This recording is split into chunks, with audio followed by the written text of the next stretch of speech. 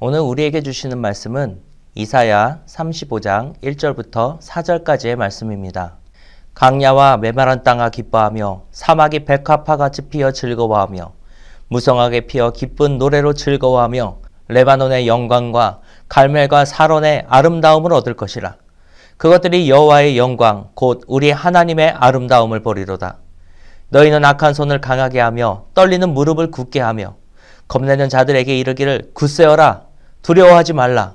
보라 너희 하나님이 오사 보복하시며 갚아주실 것이라. 하나님이 오사 너희를 구하시리라 하라. 아멘. 오늘은 대강절 세 번째 주일입니다. 보시는 바와 같이 세 번째 초를 켰습니다. 첫 번째 초는 희망, 두 번째 초는 준비, 세 번째 초의 상징적인 의미는 기쁨. 네, 기쁘십니까? 다짜고짜 죄송합니다. 그런데 여러분 마음을 한번 들여다보십시오. 기쁨이 있습니까?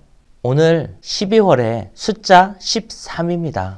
6일 때보다 지금이 더 기쁩니까? 기다림의 절기, 그 기다림이 다가올수록 우리의 마음이 기뻐야 할 터인데 과연 이러한 생각처럼 우리의 마음이 과연 기쁜가요? 안타깝게도 저조차도 이 안에 기쁨이 있다고 말하기 어렵습니다. 왜냐? 이 상황을 보십시오. 얼굴을 마주하지도 못하고 이렇게 카메라, 마이크, 단방향으로 여러분과 예배하고 있지 않습니까? 성탄절을 앞두고 많은 계획들을 세웠지만 그거 수정해야 됩니다. 이 수정하는 것이 힘들다는 것이 아니라 얼굴과 얼굴을 맞댈 수 없다는 사실, 함께 모여서 예배드릴 수 없게 되었다는 사실이 그것이 이 마음을 어렵게 만듭니다. 그런데 얄궂게도 이러한 오늘 이 세 번째 기쁨을 상징하는 초에 불을 붙였습니다. 우리는 대체 지금 이 상황에서 무엇으로 기뻐해야 할까요? 우리의 다소 울적한 마음은 잠시 차치하고 그래도 오늘 우리에게 주신 말씀이라 읽은 오늘의 본문을 들여다보겠습니다. 이 본문 안에도 우리와 같이 우울한 마음을 가진 자들의 기쁨의 노래가 적혀 있습니다. 무슨 말인고 하니 이사야 선지자가 활동하던 시기에 아하스라고 하는 왕이 유다를 치리할 때가 있었습니다. 이 아하스라는 왕은 유다 왕국에 우상을 들여왔습니다. 그리고 그것을 섬겼습니다. 우상을 섬기는 일에 아주 심취하여서 심지어는 자기 자식들로 하여금 불속을 걸어가게도 시켰습니다. 이뿐만이 아닙니다. 이 아하스라는 왕은 하나님을 멸시했습니다. 그냥 속마음이 그렇다고 하는 것이 아니라 사람들이 보는 곳에서 공공연하게 하나님을 멸시했다고 합니다. 이런 왕이 유다를 다스리고 있을 때 그의 백성, 그가 다스리는 백성들의 마음은 어떠했을까요? 물론 아하스 왕의 명령에 따라서 똑같이 우상에 절하는 사람도 분명히 있었을 겁니다. 그런데 그보다는 훨씬 많은 사람들이 자금의 상황을 개탄스럽게 생각하면서 하나님께 간구하지 않았을까요? 그들의 마음, 그 우울한 마음은 지금 우리가 처한 상황보다 훨씬 더 암울한 상태가 아니었을까요? 자, 이런 상황에 빠져있는 백성들을 향하여 이사야는 이렇게 말합니다. 오늘 본문에 메마른 땅들아 기뻐하라. 마른 광야야 즐거워하라. 아니요. 안 기쁩니다. 아니요. 즐겁지 않습니다. 그럼 이것을 선포하는 이사야의 마음은 기뻤느냐? 아니요. 오히려 더욱 무겁고 비참했을 겁니다.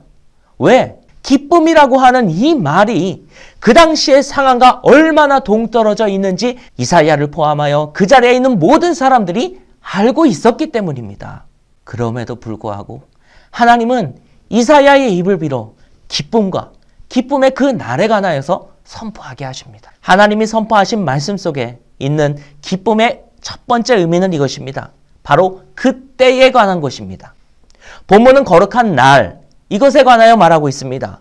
왕의 폭정과 우상 숭배가 만연하여 혼란 중에 있는 우리의 마음은 지치나 모여서 예배할 수 없는 자금의 우리의 상황은 우리의 마음을 지치게 하나 그러나 거룩한 날,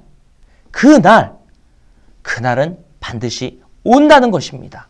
반드시 도래할 그날이 오늘 본문에서 말하는 하나님께서 우리를 향하여 선포하시는 기쁨이라는 것입니다. 기쁨의 두 번째 의미가 있습니다. 그것은 너희를 위하여라는 대목입니다.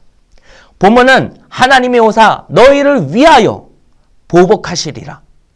너희를 위하여 구원하시리라. 이렇게 말하고 있습니다.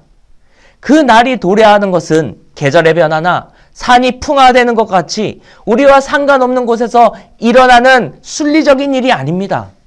너희를 위하여, 우리를 위하여, 우리를 향하여 다가오시는 하나님의 방향이 있는 겁니다.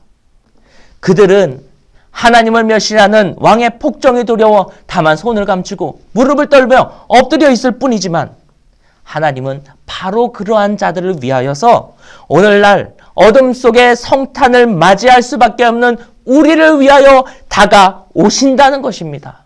나를 향한 그 큰 존재의 방향성이 우리가 기뻐해야 할 의미입니다. 이 기쁨의 마지막 세 번째 의미는 구속하셨다는 것입니다. 기쁨 한 자락 느낄 수 있습니까? 시시로 유혹당하고 죄에 당하여 넘어질지라도 혼란한 중에 누구 하나 폭정에 대항하지 못한 채 그저 엎드려 두려워하기만 할 뿐이라도 그럼에도 불구하고 하나님은 저들에게 주신 언약의 말씀으로 인하여서 그들을 구속하시고 너희를 구원하시겠다라고 말씀하십니다. 오늘날 우리들에게는 예수 그리스도를 통하여 우리에게 이미 주신 바 된 그 복음을 오늘도 허락하사 우리로 말미암아 구원에 이르게 하시겠다는 말씀이십니다. 거기에 대로가 있으니 오직 구속함을 입은 자들을 위하여 있는 것이라. 이렇게 말씀하신 대로 오늘날 우리에게 예수 그리스도를 통하여 우리에게 보여주신 구원의 그 길을 우리로 말미암아 오늘도 걷게 하십니다. 이 구속하신 은혜에 우리의 기쁨이 있습니다. 이 기쁨은 그날 이 땅에 오셔서 우리의 영원한 목적이 되셨습니다. 구속의 은혜와 구원을 베풀어 주셨습니다. 이 하나님의 사랑이 바로 우리의 기쁨이라는 것입니다. 그러니 보십시오. 한순간 피고 지는 일희일비하는 우리의 감정으로 기쁨을 말하고자 하는 것이 아닙니다. 예수 그리스도의 탄생을 기다리며 맞는 이 기쁨의 의미라고 하는 것은 하나님이 이미 우리에게 베풀어 주신 이와 같은 사실들, 곧 구원의 그날과 우리를 향한 구원의 베푸심과 예수 그리스도를 통한 구속의 은혜로 이미 우리에게 이 허락된 기쁨들을 뜻하는 것입니다. 그러니 이것을 기억하심으로 어두운 오늘 우리의 시기에 담대히 기쁨을 노래하고 선포하는 저와 여러분이 되기를 간절히 바랍니다. 기도하겠습니다. 주님 감사합니다. 오늘 말씀을 통하여서 우리의 마음을 들여다보고 우리 안에 있어야 할 기쁨이 무엇인지를 살펴보았습니다. 다만 우리로 알게 하여 주옵소서. 우리에게 이미 주신 그 은혜들을 깨닫게 하여 주시사 하나님의 우리에게 주신 그 기쁨으로 하나님께 영광 돌리는 우리 모두가 되게 하여 주옵소서. 어두운 절기에 어두운 시기에 이것을 기억하며 담대히 나아가고자 하는 우리 모든 청년들의 그 마음에 응답하여 주옵소서. 예수 그리스도의 이름으로 기도합니다. 아멘.